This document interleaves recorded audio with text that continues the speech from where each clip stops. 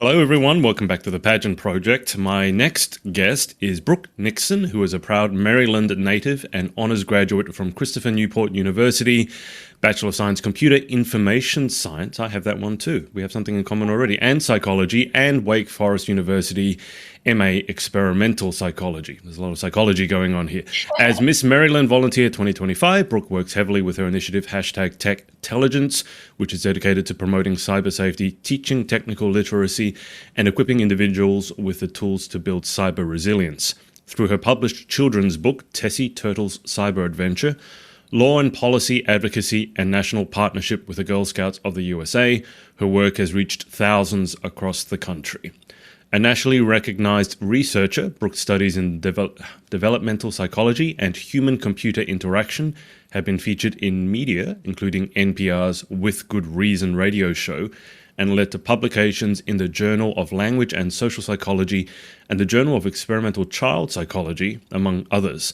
Her passion for cybersecurity has led her to work with prestigious organizations including the State Employees Credit Union and United States Navy. She is honored to be a part of the Miss Volunteer America organization and represent her home state at the national competition in June, although more specifically, it's less than 2 weeks. So, Brooke, welcome to the show. How are you? Thank you. Thanks for having me. I'm good.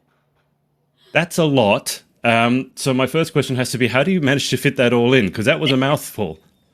Yeah, well, time management, I think any pageant girl will, swear by time management skills are critical. But I've been really grateful, throughout my educational background, especially just having a lot of mentors and different opportunities who have kind of given me chances to try something new. And I've always been a person who's not afraid to say no to trying something. And so it's kind of led me to a variety of experiences. But yeah, I'm really grateful for the different pieces of my background that kind of play into my work now and what I'm able to do as a title holder as well.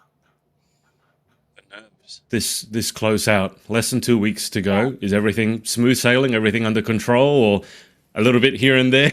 No, I think everything's good. I don't know that anyone would say they ever feel truly ready. And I think that's a good thing, right? You have to find that balance of feeling prepared, doing what you can, but then also knowing that you never quite know what's going to come at you that week. And you have to be, willing to be adaptable and flexible. And, especially with this being a newer organization, just standing up in the last few years, there's still a lot of changes that are implemented each year. So I think that's a critical part of preparing for the job, is just kind of preparing for the unexpected. But I'm certainly excited. The organization seems so wonderful. The other girls who I've met in the class are incredible. So I can't wait to spend the week with them.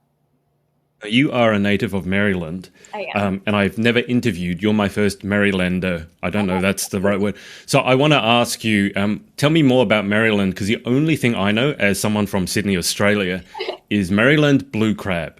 And that's it. Well, I'm so glad it's worldwide. Yeah, that's a great thing to know about Maryland. If we get like one little tag or thing to think of, I like to think of Maryland as kind of America in miniature. You get everything you really want to see there. On the West Coast, we have beautiful mountain ranges, very rural, open areas. On the East Coast, obviously, we have the Chesapeake Bay, the ocean, where those crabs are famous for. And there's just a whole lot of heart in between. There's a lot of history in Maryland. Annapolis being there, we're so close to our nation's capital. A lot of very historic battles in the United States history were fought or had ties to Maryland. So yeah, it's just a really neat, special place. I grew up in Carroll County, which is just a little bit north of Baltimore. It's a very rural, kind of small town feel. And so I love getting to grow up in that area. It's the kind of place where everyone knows everyone. Everyone's really kind of supportive of, especially grassroots organizations, local nonprofits. But then being able to go to big cities like Baltimore or Annapolis and just a 30-minute drive was really neat. So great state, highly recommend it, especially for the crabs. Where's the best place to get the crabs from? I don't want to, I feel like I'm going to put myself in a tough position here if I say the wrong one. Yeah, it depends. If you go on any place kind of on the Eastern Shore, you'll see, just look for any that's like a local hometown kind of feel. I find that for seafood restaurants in Maryland, often the hole in the wall looking ones are the best ones. One that looks a little run down is probably where you get the best food. So that would be my recommendation. Okay. All right. No, that sounds good, because I remember I interviewed someone from Maine, and Maine obviously is famous for their lobsters. The problem was she was a vegetarian, so she didn't eat any. So I'm like, well, I can't get any recommendation from you because you never eat it. But that sounds delicious. Why don't you give people? How did you get into pageantry to begin with? Well, I started off in the Distinguished Young Women program. So that's an organization. It's not a pageant, but it has some elements that are similar. It's specifically for high school juniors. It has a very storied history, starting in the 1950s. And it's really about preparing young women who are in that phase where they're kind of on the cusp of adulthood, starting college, giving them those life skills to succeed. So it really champions very similar things to organizations like Miss Volunteer America, scholarships, interview skills, on-stage presentation. So I participated in that my junior year of high school. I ended up getting first runner-up to the state title. And my director at the time, her daughter was actually a former Miss Maryland within the Miss America organization. So she really encouraged me to kind of give it a shot. And like I mentioned earlier, I'm not someone to back away from a challenge. And even though it was pretty foreign to me, I said, why not? What do I have to lose? I competed in Miss Baltimore, ended up being the youngest ever Miss Baltimore to be crowned. I was just 17 years old. Went to Miss Maryland a few times, had a wonderful experience. As I went through college and graduate school, pageantry really played a pivotal role in my life, not only from the scholarship support that it provided. I was able to graduate debt-free with my master's last year, but I think it really just shaped me into the kind of person that I wanted to be as I entered into the professional world. Someone who's very service-minded, action-driven, community-oriented. All of those skill sets are kind of things that are cultivated in the long run, and I noticed just the networks of people I was around within pageantry, the really driven mindsets, just the really kind, inspiring people that I was around drove me to be the best version of myself. And so, I continued in different organizations. This is my first year competing in the Miss Volunteer America organization, and I've absolutely loved it. It champions everything that I care about. Tangible community service efforts, the educational scholarship components, and just the solid onstage presentation, being able to go into any space and really make a name for yourself, make a good first impression. It's been a wonderful experience. What has your journey been like as representing your state, Maryland, in terms of what you've done? Because you already identified, it sounds like the thing that really appealed to you are the actual work, the service, and the skills that you learn, and the networking, which I really think are some of the most valuable skills you can get out of pageantry. What does pageant prep for you look like? Because obviously there's a gym, you work out, you eat healthy, etc. But there's a lot of work that goes into it behind the scenes, which I think a lot of people aren't aware about unless they've actually participated in a pageant themselves. So what has kept you busy in terms of pageant prep behind the scenes? Yeah, absolutely. So, like you mentioned, there's kind of the prep for the on-stage component. So that's a lot of lonely hours, walking in the gym, getting some sore feet, working out, putting in the work with creating just the best, healthiest version of yourself. But I think most of the preparation comes from doing the job and the experience, coming up with those, being able to have those stories, the moments that really impact you. And that comes from just being out in the community, boots on the ground, interacting with the people that you're representing. So for me, a big part of that is with my SERVE initiative, which, as you mentioned, is called Techtelligence. So I studied computer science throughout college and graduate school. I've done research in it. I'm extremely passionate about just making cybersecurity education accessible, age appropriate, and very action driven for each generation. So specifically in Maryland, I got to write and publish my own children's book called Tessie Turtle's Library Adventure that I love going into local preschools and summer camps and reading, just being able to talk with the kids at that early age, teach them the early phases of being prepared for what stranger danger looks like online, cyberbullying prevention, things of that nature. For older kids, I have a program called iSafe. I go into the school systems and talk more about things like having a good social media presence, the importance of media literacy, object permanency online, knowing that once you post something online, it's there forever. Yeah. And then my final kind of age grouping is I started a platform called CyberSafe Seniors, where I've been able to go into local nursing homes, specifically Brightview Senior Living Facility, which has a lot of communities throughout Maryland, and just talking to them. Unfortunately, the elderly are among the most vulnerable when it comes to phishing scams and different online donation scams. So being able to kind of be hands-on, meeting people where they are in every age group, how technology affects them, and doing the best I can to give them tangible and proactive cyber safety tips. When you say phishing scams, Brooke is referring to phishing, PHISH, not phishing scams, as in phishing. Nothing to do with the crowds you were talking about. That sounds fascinating to me. So cybersecurity, as someone who works in AI a lot, I have a Bachelor of Science, Computer Science, similar to yourself.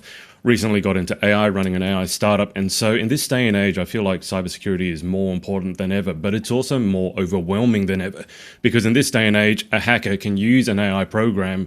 I think there was a recent study to show how quickly they could crack an 8-letter password if it only used letters and numbers, and it was like instant.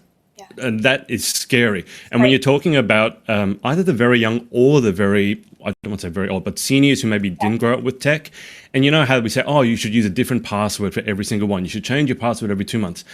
When you're at that age and you haven't grown up with tech, it's impossible. Frankly, it's impossible for anyone to have a different password every 2 months Oh, for absolutely. every single bank login, this login, and to have it not only be, letters and numbers, but uppercase, lowercase, punctuation marks. And, I now use a password manager, which has been a godsend, I have to say. But what are for those different age groups, can you just dive a little bit more into the cybersecurity tips that you give them? Because I think for each age group, it's very, very different. And like for the middle age group, security on social media is a huge thing because there are so many people who are looking to take advantage of people who just don't know better. So for the individual age groups, I'm just curious, what are the sort of major tips you give each one? Yeah, absolutely. Well, and it's interesting, like you said, because there's a real variety of technical literacy. You kind of start low with the young kids, it goes up, up, up for the older generations, then it starts to decline. Yeah. And so what I find with that is that for the younger groups, that's where it's the most kind of broad, amorphous. It gets a little more specific for when you're talking about school age children and adults, and then you have to be really specific, giving very tangible examples for the most senior ages. So, for example, the younger kids, I read my children's book, which has the very rough storyline of a turtle who has a tablet. She plays games on it, notices some people are being unkind in the chat room, talks to her parents about it. They encourage her to be kind online, and she includes the person who's left out. So that's just about, broadly speaking, we talk about just the importance of being kind to people online. Just because you're, talking through a screen doesn't mean that your words don't have impact on them. And so it's very kind of just amorphous conversations that are often very fluid with just what they're learning in general with social interactions. Once we get into the middle, high school, that's where it gets interesting, right? Because they're the ones who are on social media the most, but who maybe have the least amount of tangible education because their parents don't have the same degree of technical literacy.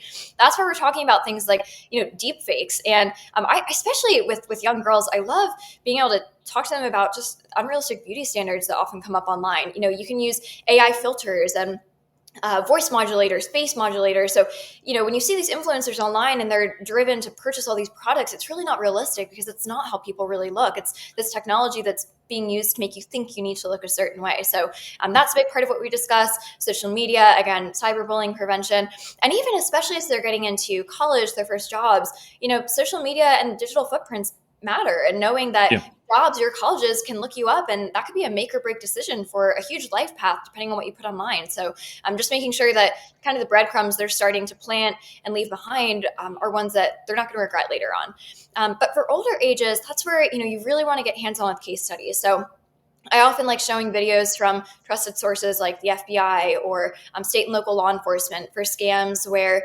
maybe it's a grandchild calling and saying, oh, I'm stuck on the side of the road. I need you to send me money. Can you wire it here? Or can you send me a check here? Those are really common ones we're seeing. My own grandma, actually last year, she fell victim to a romance scam. We didn't find out about it for a few months. She called, and one day I was just on the phone catching up with her, and, she kind of just dropped a hint that she was talking with someone online. And I said, oh, how'd you meet them? She said, oh, I met on this website, but now we text. And then, later on the story unravels, well, he's actually really sick. So I've been sending him some money. Come to find out, she sent him $20,000 over the span of a few months. This man who, who knows who he really is or where his agent is. And it's just really unfortunate because oftentimes these bad actors take advantage of the most vulnerable, who have the kindest and purest of intentions. You're wanting to help a grandchild, just wanting to have companionship. So it really is about meeting people where they are. And like you said, it's a constantly evolving threat landscape, which can make it a daunting or overwhelming task. But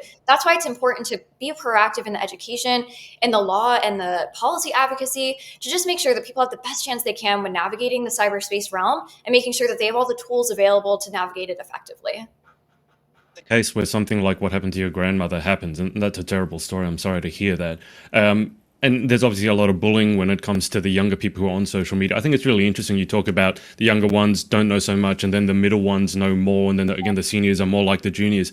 But to me, it's also the case like it's not necessarily like the more you're on social media or the more you're online, it doesn't necessarily equate to knowing more about security, because sometimes and that can make you the most vulnerable, because when you're on it a lot and you don't know much about it, then that you have a lot of exposure. But after the fact, let's say something happens, like what happened to your grandmother, or someone is a victim of horrific bullying or trolling or deep fakes on the internet. Where can you go? Like, what action steps can you take? Because very often, like you say, oh, talk to meta support, and like you can't talk to a real person. It's almost impossible. Right. What are some of the steps, if there are any, that someone can take if they become the victim of a scam or bullying or things like that? Sure. So at least in the United States, the way it's set up is because cyber crimes tend to, really easily cross state jurisdictions. Unfortunately, you're not going to be able to get much help if you go to state and local law enforcement. The Right. FBI, however, has sort of the central repository of being able to collect statements. So there's a website called IC3, it stands for Internet Crime Complaint Center. You can go on that website without even having to talk to anyone. You can just file a report, just providing as much information as you're comfortable with, even if you never want to be contacted, even if it's just so you want someone to be aware that this is happening, someone can look into it, look at the broader trends and patterns. That's a great actionable step to take because they take that information very seriously, and that plays a huge role in, allocating funds and in legislative actions to just be able to have great data points to show what is the threat landscape really looking like? What are some of the most common trends we're seeing within cyber safety? Where do we need to pour more educational resources into? So that's always a great step. Like you said, Meta, Facebook, Instagram, it's not always great getting customer support. I know there are always options to report, block, report any kind of spam or fake accounts as you can. But unfortunately, it's just about kind of knowing sometimes when you're the victim of these things, the best thing you can do is shut it down quickly, report it where you can, and just try to, manage any collateral damage. Yeah, I speak from personal experience because I had my Meta account hacked probably 2 years ago. And this is someone who has two-factor authentication and the password generator. And I always thought it was curious because it seems like a lot of the time the security sort of gates, the only person they keep out is me. And yet the person was able to get control of my account through two-factor authentication. And obviously I didn't give them the password. And the only way I was able to get it back was through Meta support. But the only reason I managed to do that is because I have a friend in the States who does a lot of work with Facebook paid ads. And so I managed to actually get someone on the phone and have it resolved in like 5 minutes. Wow. But if I hadn't had that, I still wouldn't be able to get my Meta account back. And, when you spent, as a pageant girl or any business, you spent years building up that account to have it taken away overnight. It's a very, very scary sort of prospect. That's why I was curious, like, is there anywhere that you can go? But I find very often, and I think this delves into the psychology as well, because you've obviously studied psychology a lot. And I think it's interesting, just from my perspective, because I'm very interested in psychology and very interested in computers. For a lot of people, I think those two are very disparate or very opposite, because one is very much things, like computer science is coding, it's computers, it's networking. Then psychology is people. And then I think interesting in cybersecurity, you get both because you've got the cyber part of it, but then you're wondering from a psychological point of view, like what sort of person would take advantage of an 80, 90-year-old and steal $20,000? So just tell me about the psychology of it, because it seems to me at first like it would be very different, but I'm sure in your head there's a melding going on. It really does connect. And no, you're so right. And it was funny when in college, because I double majored in the two, oftentimes, someone says, what are you majoring in? I said, oh, computer science and psychology. Very frequently I got, oh, that's weird. Or how do those connect? But in my mind, I was like, what are you talking about? They're so interconnected. And that's because technology and computers have become very much a social science and a social act. The way, especially with social media, the way that we interact is entirely human driven. The fact that there are people whose entire job it is to decide where should the next button go or where should an X button go on an app, right? These user experience, user design things are hugely human driven. And because of that, we have to be aware of who is most likely to fall for a phishing scam. What are mechanisms that people use? Oftentimes you'll see in these types of scams, they try to make them very time sensitive situations, something like quick, someone's logged into your bank account, log in now to prevent further damage, or, quick, we're trying to deliver a package, log in now so that we can get your address, things of that nature. And so it takes advantage of the psychology of the fact that people oftentimes aren't thinking when something is time sensitive or unfamiliar to them. And so, oftentimes with these scams, if someone calls and is saying, oh, grandma, grandpa, I need help, I'm on the side of the road. In these cases, just take a breath, try to call the person, get a second opinion, show it to someone, say, does this seem right to you? Google the phone number that's texting you. There's a lot of information where if we can just get people to stop and kind of get their wits about them, it's not to say that people aren't intelligent when it comes to this. It's just, unfortunately, using the psychology to take advantage of something that everyone's vulnerable to. And so, that's a huge part of it, is just reminding people to keep their wits about them when these things happen, and use the common sense and use the resources that are available to try to navigate what's trying to be taking advantage of them. Your job though must be getting harder and harder with each day that passes because now with AI, it's not just a badly worded email from a Nigerian prince who has millions of dollars to give you. Now you can deep fake the voice, you can fake the face. You've got video that looks extremely convincing, like no one would know it's not real. And you can even use, the AI to craft an engaging story that sounds reasonable. So how do you, as someone who's working in cybersecurity or advocates for it, how do you stay ahead of the curve? Because I don't know, it's almost like you've got to stay one step ahead of the people who are trying to do bad things, the bad actors. But it's got to get really tough in this day and age. Yeah, sometimes I always say it feels like the epitome of one step forward, three steps back. Yeah. When you think you fixed one issue, it's like three more have popped up. And that's where one element that I personally try to advocate for, especially within this role, is the law and the policy side of things. I think Mm. technology is always going to outpace where we are in a legislative sense, but that can't be the case with artificial intelligence. If we let it, this is going to become a whole beast that we can't control, a whole landscape that we have no understanding over just the scope of it. And so that's where we need to have things like regulations that are very clearly defined in place, laws that catch up with the thing. Now you can use artificial intelligence, like you said, to generate deep fakes of people, to generate pictures of child sexual abuse material. So this is where we need to have really clearly defined guideposts within our legal systems as well, within our political systems, to understand, this technology is here and it's here to stay. How are we going to make sure that we have our safeguards in place to protect our citizens? And there is no easy answer. Like, I Yeah. don't know the secret formula to that, but it's certainly an ongoing battle, and it takes a lot of people, a lot of brain power, and a lot of proactive thinking. And as technology continues to evolve, I think the best thing we can do is try not to fight it, but to embrace it. Use it for good, use it for ways that are advantageous to us, while not losing sight of the fact that it can be used for nefarious reasons, and making sure we're proactive on the education stance as well. I think a lot of it comes down to your own personal literacy, your tech literacy as well, because I don't think you can rely on the government or the policy because that tends to move very, very slowly, if at all, if it's even moving in the right direction. So I think for each one of us, it behooves us to just stay as tech literate as we can, which is only going to get more difficult as we advance. But can you tell me so you work in a very interesting field to me, and you're a young woman working in a field where I got to imagine most people are not, there's not a huge female representation just in general in the STEM fields. But how did you get to where you are now? Because I got to imagine, like when you were studying in school and you were deciding what to do in college, it probably wasn't clearly mapped out, or maybe it was. So what was the journey going from, okay, what am I going to study, to where you find yourself today? Yeah. I know it's interesting you bring that up. I am in a very male dominated field, and that's another reason that I hugely credit organizations like Miss Volunteer America for giving me the self-confidence to know that I do belong in these spaces where there often aren't a lot of people that look like me. I actually went to an all-girls high school, which was a really interesting experience because as I sort of fell in love with this idea of computer science and coding, I did so in a place where I was completely surrounded by women.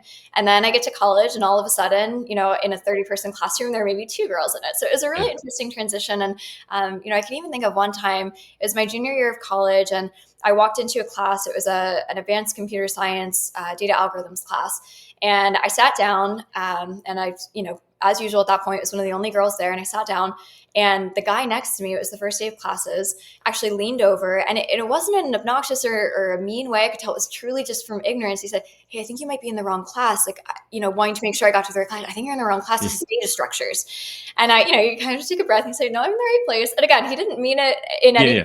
Yeah. mean way, but this is where it's really important to recognize that having representation really does matter in these fields. And so actually, I think experiences like that really helped to drive me to stay in this career path, and to challenge myself even more. I've always been someone who wants to, go to the beat of my own drum and do things differently. And so, as I entered into the workforce, I was not at all deterred from the fact that there wasn't a huge female presence in things like law enforcement or cybersecurity, because I think it's important that there are women in those spaces. And having a background with organizations like this really showed me that I do belong, and I should be the person to bring a voice in them.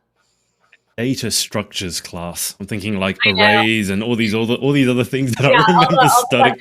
yeah, no, it wasn't a great class, to be very clear. It was tough, Well, but it was It a kind of a funny experience that first day.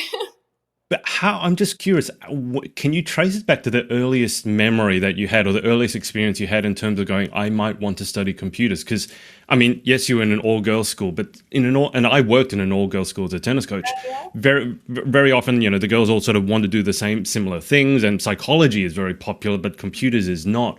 So can you remember like when you first went, oh, computers, that's cool. I might want to learn more about that. Do you remember like a definitive early experience? I can actually, and the funny part of it is that it was a complete accident. It was my sophomore year of high school. It was a scheduling mishap. I was supposed to be in one class, and that first day of classes is always a mess. People are trying to figure out when things are potentially conflicting, and I had a class conflict, so I went to the guidance counselor, and she said, "Okay, we could either put you in theater tech, or you could go in computer science if you want." And I was like, oh, okay, computers are interesting. I'll try that, I guess. And I was absolutely hooked. If you're in the tech field, that very first day, the very rudimentary assignment is you learn how to write "Hello World" and have the computer put that out. Yeah. And it took us the whole 40 minutes, right, to set up Python and get it to say "Hello World." And I was just enamored. The fact that here's this incredibly powerful piece of technology, this tool that I know is going to be a huge part. It already was becoming a huge part of life as we knew it, and I knew it was only going to continue to grow and expand. And I thought, how cool is it that we have the power to, using things. I was always a very logical thinker, someone who really enjoyed puzzles and kind of thinking of things differently.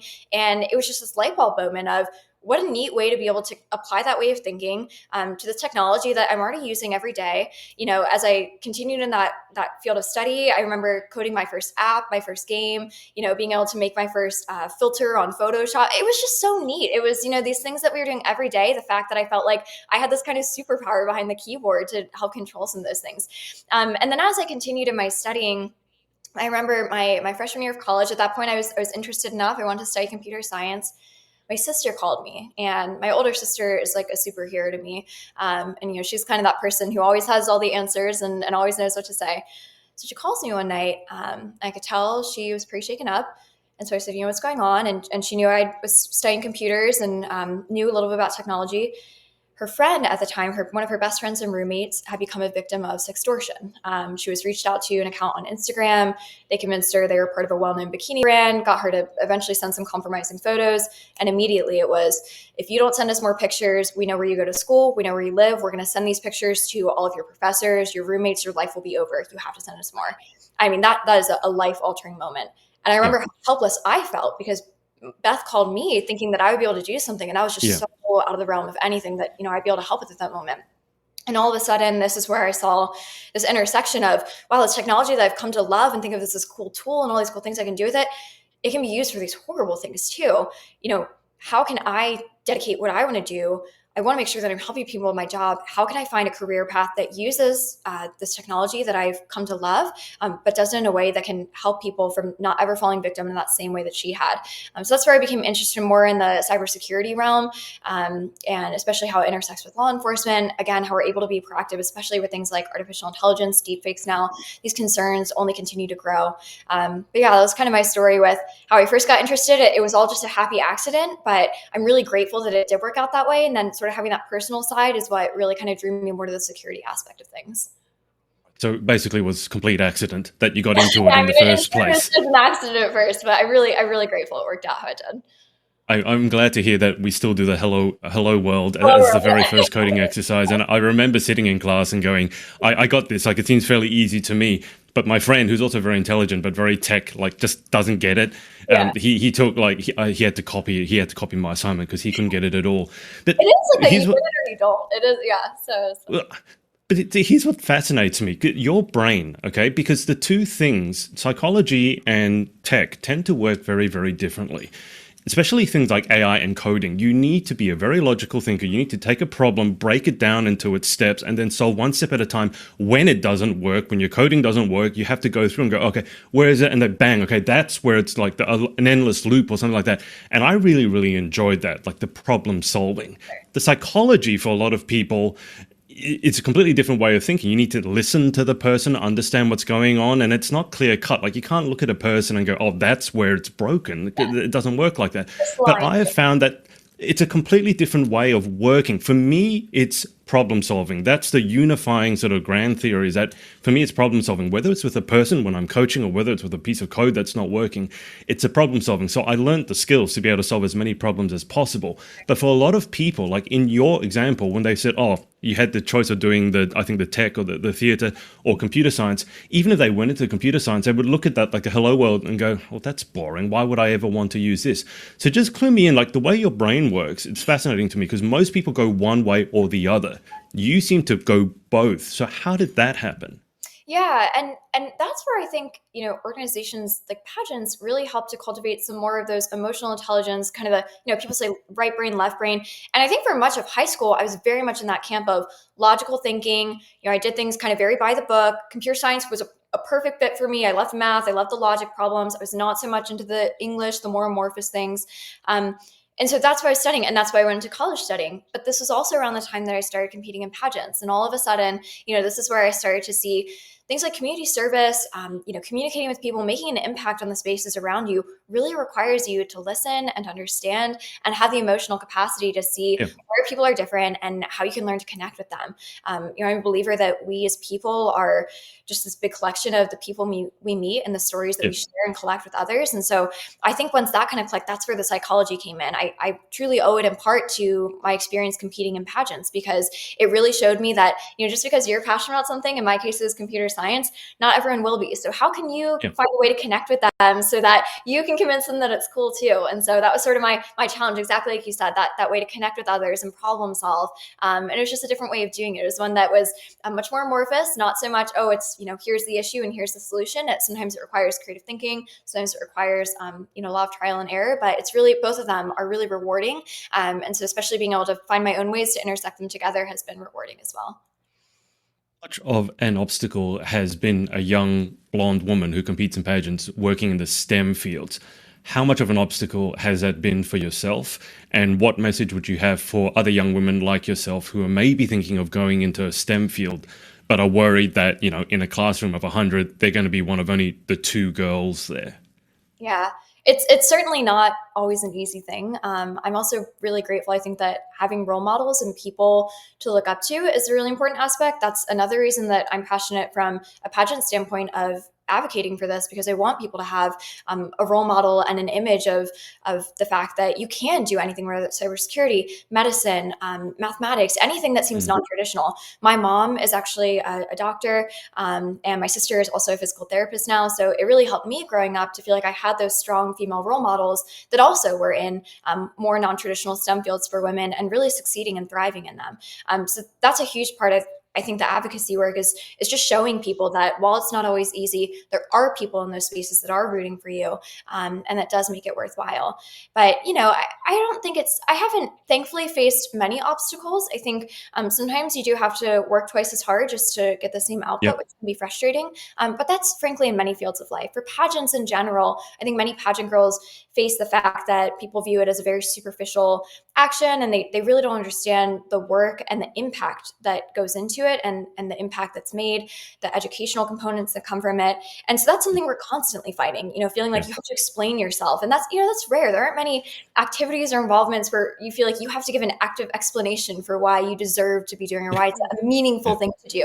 And that's something I think, unfortunately, a lot of pageant girls do. So when you're looking at something that's a more non-traditional field, it just comes down to knowing that you absolutely do have a space there. And even in the moments where it feels like you don't, that's where you should dig your heels in even more and say, many people get pushed out because of experiences like this, and I'm not going to be one of them. I want to stay strong in this field, and then I want to be able to be a role model for other people to follow in my footsteps.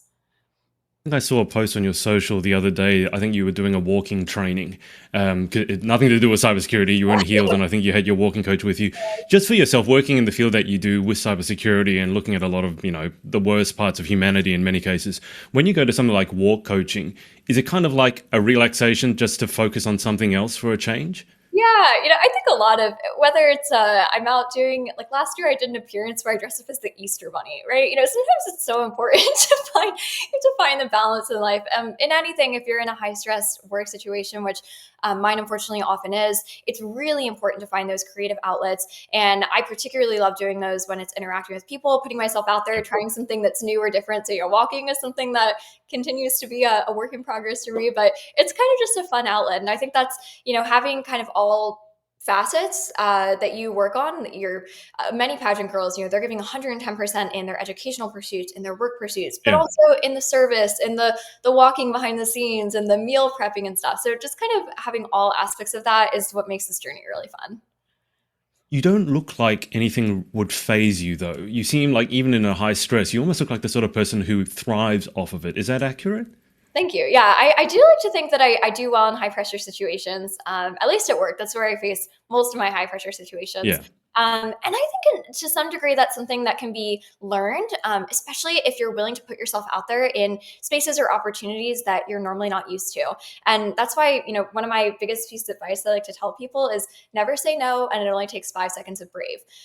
If you're given an opportunity and you think to yourself, okay, I don't think I can do this, or oftentimes in pageants, it's that moment right before you go out on stage. It's like, okay, just run around the doors. Like, I know I've done all this prep, but I don't think I can go out there. That's where you have to remind yourself, 5 seconds is all it takes. Just give it your all for for talent, 90 seconds. Anyone can handle that. Put yourself out there. If you fail, oh well, but you never know what you can possibly gain if you don't try it. And I think when you get yourself in that mindset of trying new things, not being afraid to fail, and just, having different ways of thinking, of interacting, different people that you're interacting with, that's where you kind of get in the space where it's hard for something to phase you because you've had all these neat life experiences. You have these things to draw on to keep you grounded. I'm just curious, do you have any humorous stories about, the 5 seconds of brave and just doing things just to try them out? Have you had any sort of humorous stories where things you've given it a go and you went, no, this just isn't for me? Oh, I've had so many random fail. I don't know about like particular in 5 seconds kind of knowing, but I have all kinds of things where I tried it and then really quickly I was like, nope, not for me. During the pandemic, I suddenly decided to binge all episodes of Cake Boss, that reality show where the person can make these huge cakes. And I was like, great, I'm going to be a master cake decorator. This is my next thing. And I ordered the fondant and gum paste and everything online. And it was around Thanksgiving time. So I tried to make this turkey cake. And so it was like a turkey. And then I had this pipe and it was great. It had the Rice Krispie tree. And it was fantastic. It was like this 3D thing. And I put it down the table. And as if on cue, as soon as I put it down the table, the turkey's neck just like fell off. It like decapitated itself. So that was definitely one moment where I was like, you know what, I tried and it didn't work out. That oftentimes also comes up in education and work. Sometimes things just aren't for you, but I'm always a believer that you don't know if you don't try. You miss 100% of the shots you don't take. So it's always worth just putting yourself out there. I mean, it sounds like the turkey cake turned out well. It just happened that the neck broke, but it sounded like it. At least it looked like a turkey. It had a neck. I was like, well, I'm really onto something here. And then, yeah. So you could have been a cake decorator, but you ended up in cybersecurity. So back to that. That was a little scarring, but well, we'll never know. What do you do to unwind? I mean, you work in front of, I've got to imagine, a lot of screens a lot of the time, and it's a high stress environment. So obviously you have to have some time to yourself. What do you do to unwind? Yeah, I'm a big fan of being outside. I'm in sunny Florida right now, so I love just going for walks. I think, just having even a half hour of just sunshine in your face makes a huge difference. Obviously, Miss Volunteer America strongly advocates for strong mind, strong body. And so I've really come to find that exercising and working out is a great way to de-stress. Oftentimes when I'm working out, I love calling a friend or a family member and just catching up with them. It's a great way to multitask where you feel like you're getting a good workout in, but you're also catching up with someone. I just feel so much more rejuvenated after that. I feel much more kind of grounded. Not only like I've done something for myself, healthy for myself, but also I've done something to connect with others. And I think, connecting and always keeping that support network close to you is something that really makes sure that anyone can stay grounded in any kind of stressful situation. What's been your favorite part of the whole Miss Volunteer America journey so far? Do you have a favorite you're looking forward to in a couple of weeks? Yeah, it's hard. There have been a lot of highlights. One is that we have a national partnership with the Salvation Army, and I was actually able to go to one of the largest galas. It was at SeaWorld in Florida. So cool. It was like you walked in and you could see the roller coasters going by and, the tanks with the dolphins and stuff, and then there's just this gala there. But it's celebrating a really amazing organization. One of my big takeaways there is one of the speakers was someone who had benefited, who had used the Salvation Army resources, and she got up on stage and she said, I want to dispel many of the myths that you're probably thinking about me. You're probably thinking I came from a place of addiction or homelessness or, a rough childhood background. And in fact, that couldn't be further from the truth. I actually graduated from college. I even have my master's degree. I was working a steady job, but through a series of unfortunate events, including being in a situation of domestic violence, losing key family members, she suddenly found herself in a situation of homelessness. And that really hit home to me because it just goes to show that in many areas of society, we were talking about dispelling the rumors and the myths of what a woman in STEM looks like. It just, in any realm, we have sort of this picture in our mind, and oftentimes it's not the full case. And so just having someone who is brave enough to put herself out there to say, I'm not your typical story, but there is no typical story. Yeah. And that's important to keep in mind, especially with organizations like the Salvation Army that are doing amazing work. So that's been a really personally meaningful part of the year just to get to partner more with that organization. But I am so excited for nationals. I've gotten to connect with a lot of the girls on social media, but to meet them in person, I think it's going to be like a week-long slumber party. So I just can't wait for that. I've never been to Jackson, Tennessee, so that will be exciting. And it's just, it's a huge celebratory culmination for so much hard work for all of us. Everyone in their own way has put in so many hours of preparation, and to just be able to celebrate that on stage, no matter who walks away with the crown, we're all walking away with a lot of gained life experiences. And so I think it's just going to be an amazing week, and I can't wait. I haven't been to Jackson either, to be clear. It's been a while since I've been to America, but I'm also looking forward to it. Just finally, if you're lucky enough to have the crown, fortunate enough to have the crown placed on your head in 2 weeks' time, I'm sure you've given some thought as to what are you going to do with it. So what are the plans with the crown if you're fortunate enough to have it put on your head? Yeah, absolutely. I think for an organization like Miss Volunteer America, it's twofold. First, it's focused on growing the organization. And second, it's focused on maximizing the impact. So in terms of growing the organization, I want to have as visible of a presence as possible in media opportunities on social media. I want to leverage kind of my unique work experiences and some of the organizations that I've worked with that are more high profile organizations to really kind of have this big impact and growing what the organization is seen to be and showing that, pageant girls don't always fit that stereotype that many people have in their mind. And then in terms of my personal serve initiative, I want to take Techtelligence to as much of a national scale as I possibly can. I want to put Tessie Cyber Adventure in every classroom across America. I want to speak to as many places as I can, especially regarding St. Jude and Salvation Army, the national partners. Just really have it be a year that is defined by impact and defined by a legacy of growth for the organization would be my goal. And just a final question out of my personal curiosity, how did you get so good at public speaking and articulating? Well, thank you. I hugely owe a lot of that to pageants. Going into 10-minute interviews in these competitions is not easy. And, it is amazing. In interviews, I've been asked everything from, what's my stance on who I'd vote for in a presidential race to like what kind of breakfast cereal I would be, and then you have to be prepared to answer any of those and pivot on a dime. So this has played a huge role in it. But I think, again, the more you're out, the more you put yourself out there in the community, the more you'll just be able to interact and speak with people in different ways. And I think that's played a huge role in shaping good communication ability. So that's been a good part of it. But I owe a lot of it to pageants for sure. Which cereal were you? I think I said Honey Nut Cheerios because I was like, I'm pretty plain. Like, I'm not super out there, but I like to think I'm a little sweeter. So like, there's the honey side of it. It wasn't my best answer. Like those kind of personality questions always. I think it's a terrible. The worst question, the one that I really hate, is like, if you were a tree, what tree would you be? I'm like, what? Yeah. I'd be fascinated by the sort of person who thinks that's a really interesting question. Like, no, that's a stupid waste of time. But anyway, the president, I'd rather talk about that. So I can't believe you got asked that. It's specifically not supposed to be asked political questions. That's about as political as it can get, especially in this day and age. We were in this organization, not so much, but in Miss America, oftentimes, especially for the Miss, they encourage the political questions. So I've been asked some pretty hard-hitting ones that are meant to kind of show the most divisive part. America's very divided right now as a nation, and Yeah. a lot of title holders in this capacity need to be unifiers. And so I think just being able to show that no matter what your personal stance is, you're able to see both sides of the situation and you're Mm. able to have a unifying voice is just an important skill set to have. So I think that's what they're after most of the time, but the way they ask it can certainly be polarizing. So it's a tricky balance to strike. Yeah, I do think that's one of the biggest qualities that a title holder will need to have is a unification sort of thing rather than being divisive. But I think when it's asked in like pageant interview, I think very often it's asked in a divisive way. And, I'm not sure that's the best place to have it. But anyway, Brooke, just before we get to the final 10 questions, is there anyone you'd like to give a shout out to or say thanks just for supporting you along your journey? Yes, absolutely. Biggest shout out always to my family, biggest supporters. From the very start when I came home and told them, I think I'm going to try pageant. No one in my family has competed. It was completely foreign to all of them. They immediately jumped into support, and that's really meant the world to me. My directors, Heidi and Hannah, are incredible. They are the most powerhouse mother-daughter duo, and they pour their heart and soul into the Miss Maryland Volunteer Organization. So for anyone listening, maybe from the Maryland region specifically, if you're interested in learning more, check out our website, find us on social media at Miss MD Vol. Feel free to send a message because we would love to get connected with you. They are I cannot speak highly enough of them as directors. And then just, the Miss Volunteer America class has been so lovely to get to know so far. I can't wait to get to know them better.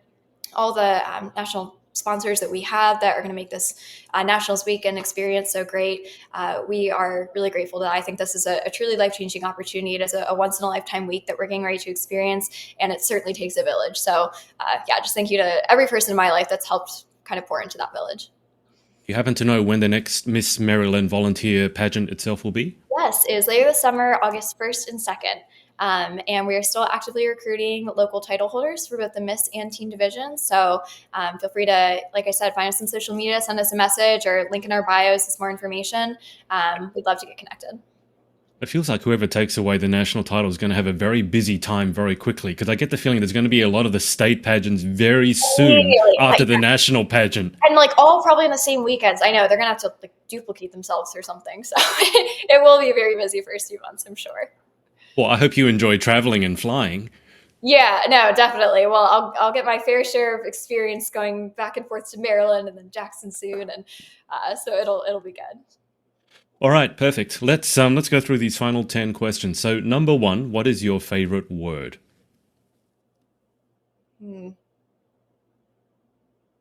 This is a question I don't think I've been asked before. I'll say absolutely. That's it's one of those, I just think it's a very enthusiastic yes. So I like to try to say that a lot. Can I just tell you, I've noticed a word that you say a lot that I've never heard anyone really use, amorphous. You seem to really love that word. That's gonna stem from my research background. That's a very research word to put in that, and there are a couple others like nascent and infantile. Those are very research oriented words, so that's probably where that comes from. Can you define to someone who maybe doesn't have that literacy what amorphous means? Sure. Just broad without structure. So especially in the we talk about the cyber safety realm, as it really feels like it's just stretching in every direction and kind of hard to get a clear handle or landscape on it. It's a very amorphous threat. All right, number 2, what is your least favorite word? It would be a negative connotation one. Let me think.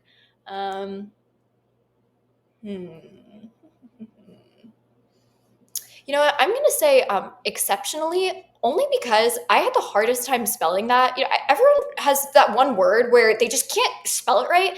And in fact, I spelled it wrong so many times that it started auto-correcting to my incorrect spelling. So that is a word of a personal pet peeve where I have to write it out. Me, that word is embarrassed. I can never remember how many R's and how many S's in which place. Yeah, everyone has that one word, and that's fine. Yeah, I find auto spell check and correct is actually more harmful than it is beneficial, but that's a matter for another day. Number 3, in life, what gets you excited? Well, what turns you on?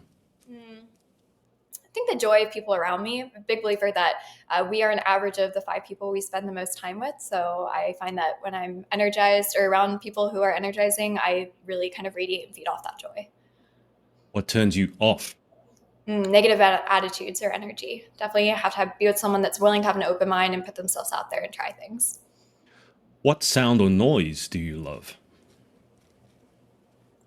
Rainfall. I know we were talking earlier how we've had in Florida, we've had a few Yeah. rainy days. I just think it's so relaxing to, especially if you're just reading a book and hearing it raining outside. It's a very calming noise. What sound or noise do you hate? Nails on a chalkboard. I mean, I know it's like a typical answer, but yeah, I cannot stand that. If you could have a superpower, what would you pick and why? I would want to be able to speak every language in the world. I love traveling, and it's always unfortunate when I travel somewhere and I just feel like there's a huge barrier of being able to appreciate or get to know the culture because I don't speak the language, so I'm stuck doing all the touristy things.